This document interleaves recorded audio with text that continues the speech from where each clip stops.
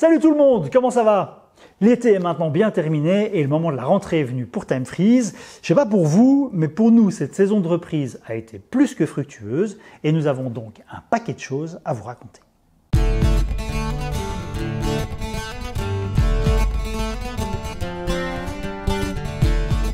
Après 2 années d'interruption, cette saison 2022 était l'occasion pour les Maslarp de reprendre du service et avec notre association, Projet Midnight, nous avions décidé de leur faire honneur.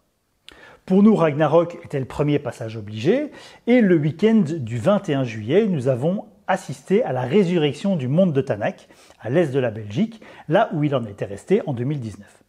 À cette occasion, notre association avait décidé de se lancer quelques défis et nous nous y sommes donc rendus avec une taverne time-in et une intendance complète.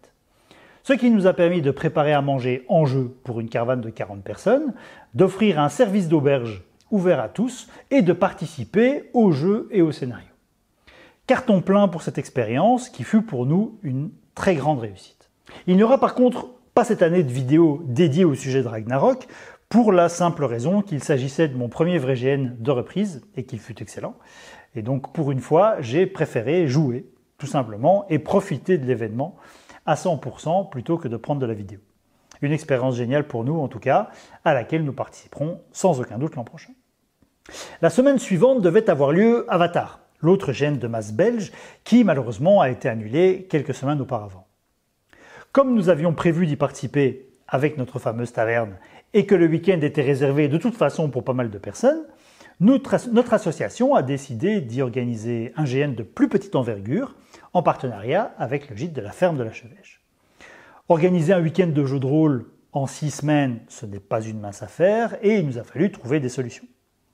Cela a donné les rencontres de la taille qui a quand même regroupé pas moins de 80 joyeuseries. Ce mois-ci, nous y consacrerons une vidéo pour vous raconter cette expérience. Ce sera pour nous l'occasion de parler de free play, une manière bien spécifique d'aborder la narration en GN. Nous parlerons de ses avantages comme de ses inconvénients et vous raconterons les déboires comiques de nos participants. Ensuite, au mois d'août, je suis parti pour le Canada afin de participer à une expérience de GN assez unique, la grande bataille au duché de Bicoline. Bico, c'est un site permanent de plus de 100 hectares qui existe et grandit depuis 27 ans avec des bâtiments en dur construits par les guildes de joueurs. Et la grande bataille, c'est une semaine de jeu avec 3 journées de bataille de grande envergure. Une telle aventure mérite bien un dossier complet et nous lancerons donc au mois de novembre une série de vidéos sur le sujet. Je vous raconterai tout d'abord mon expérience personnelle, ce que j'ai pu observer et vivre sur place. Nous partagerons aussi une interview exclusive avec l'un des fondateurs et directeurs du projet.